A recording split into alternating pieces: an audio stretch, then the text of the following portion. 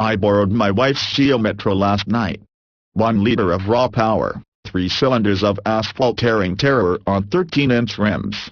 It's stock, alright, nothing done to it, but it pushes the barely 2,000 pounds of Metro around with authority. I'm always catching mopeds and 18-wheelers by surprise. I was headed back from Baskin-Robbins with my manly triple latte cappuccino blast no cinnamon, ma'am, I take it black, when I stopped at the streetlight.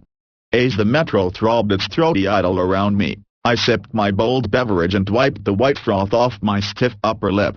I was minding my own business, but then I heard a rever and from the next lane. I turned, made eye contact, then let my eyes trace over the competition. Ford Festiva L8 model, could be trouble. Low-profile tires, curb feelers, and school bus yellow paint. Yep, a hot rod, for sure. The howl on his motor snapped my reverie, and I looked back into the driver's eyes, nodded, then blipped my own throttle. As I tugged on my driving gloves and slipped on my sunglasses, gotta look cool to be fast, and I am cool, hence, the night was split with the sound of 7 screaming cylinders.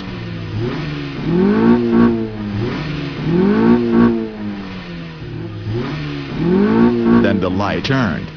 I almost had him out of the hole, my 3 pounding cylinders thrusting me at least millimeter back into my seat, as smoke pouring from my front right tire.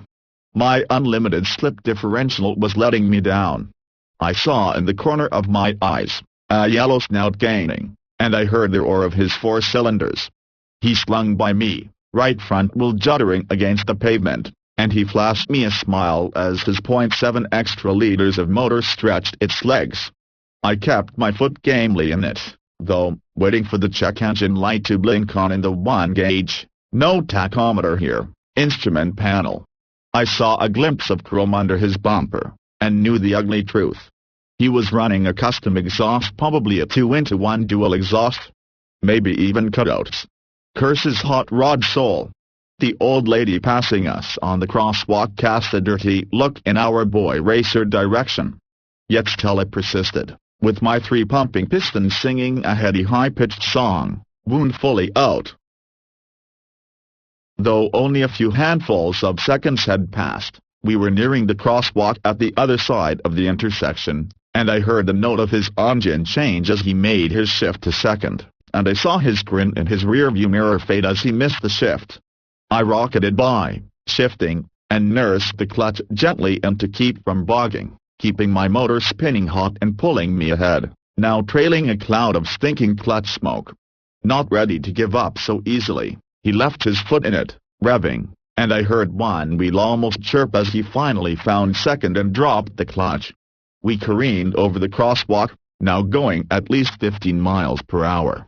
A bicyclist passed us, but intent on the race as we were, neither of us batted an eye. He pulled slowly abreast of me, and neck, we made the shift to third, the scream of motors deafening all pedestrians within a 5-foot circle. He nosed ahead as we passed 30 miles an hour, then eased in front of me, taunting, as we shifted into fourth. I was staring up the dual 6 chrome tips of his exhaust, snarling, my cappuccino forgotten, as he lifted a little to take the next corner.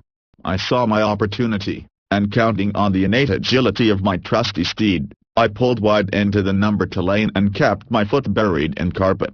Slowly, I inched around him, feeling my Metro roll slowly to the left as I came abreast in the midst of this gradual sweeping turn. I felt the Geo ease onto its suspension stops, and felt the right rear wheel slowly leave the ground, no matter, though, because my drive wheels, up front, were pulling me through the corner, and around the Festiva. The Ford driver beat his wheel in rage as my wife's careened past him on the outside, my P165/55R13 screaming in protest, as we raced to the next light. We coasted down, neck and neck, to the red light. I tightened my driving gloves, ready for another round, when this wimp in the next car meekly flipped his turn signal and made a right. Chevy, Suzuki, superiority reigns. I drove off sipping my masculine drink, awash in my sheer virility, looking for other unwitting targets. Perhaps a Yugo, or maybe even a Volkswagen van.